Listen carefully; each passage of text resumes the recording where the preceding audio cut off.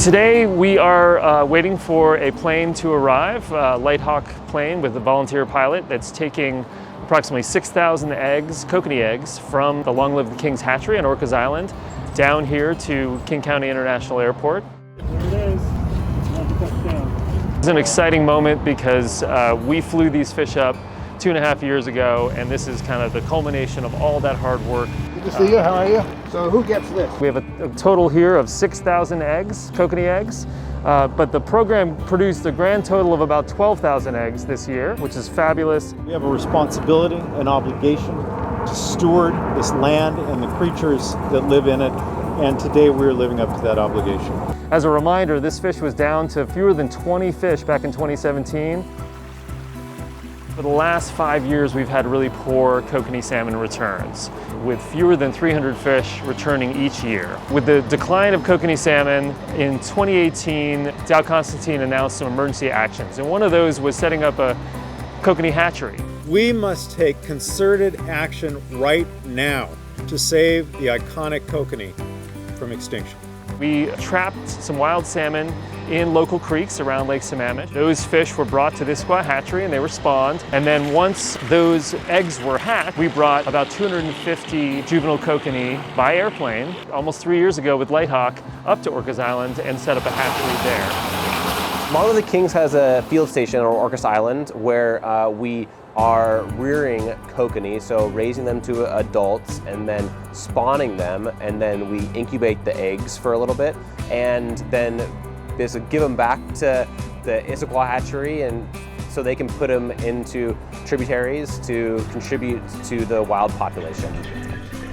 Our facility is pretty unique because it provides clean, cold water that protect these special fish from pathogens, high temps, dissolved oxygen, and predators. They helped us grow those then young kokanee until they were ready to produce these eggs. They're going to be under the stewardship in part of our friends with the Snoqualmie tribe, who have been a very strong partner in this work to restore this ancient fish. Very important fish to us. It's been with us, and we've taken care of it since time immemorial. The tribe's survival on the lake was these fish. As they came in, we were harvesting them. It's been a long time since we've seen a lot of redbacks in the middle of the lake or off in the streams when they come in to spawn. So it's going to mean a lot to us. Welcome them back into the area that they should be in the first place. One of the exciting things that we learned just this past fall was we saw approximately 2,000 kokanee salmon return to local creeks, and that is more than the last 5 years combined. Thanks so much, Okay, Hunter. thanks very really much. appreciate it. Yeah, it's great. Yeah, take care. Thanks, Bill.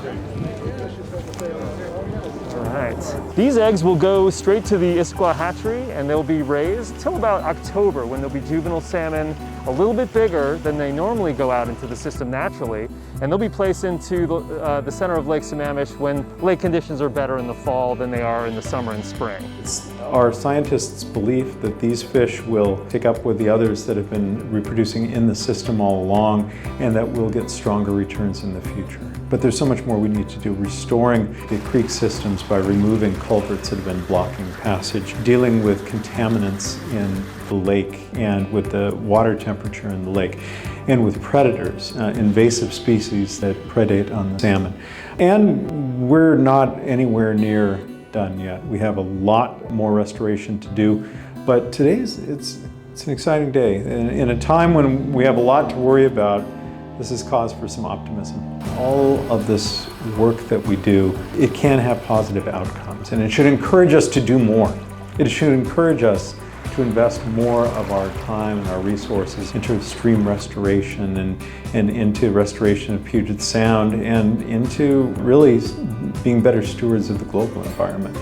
We can make a difference. We cause the damage, and we can also purposefully undo the damage.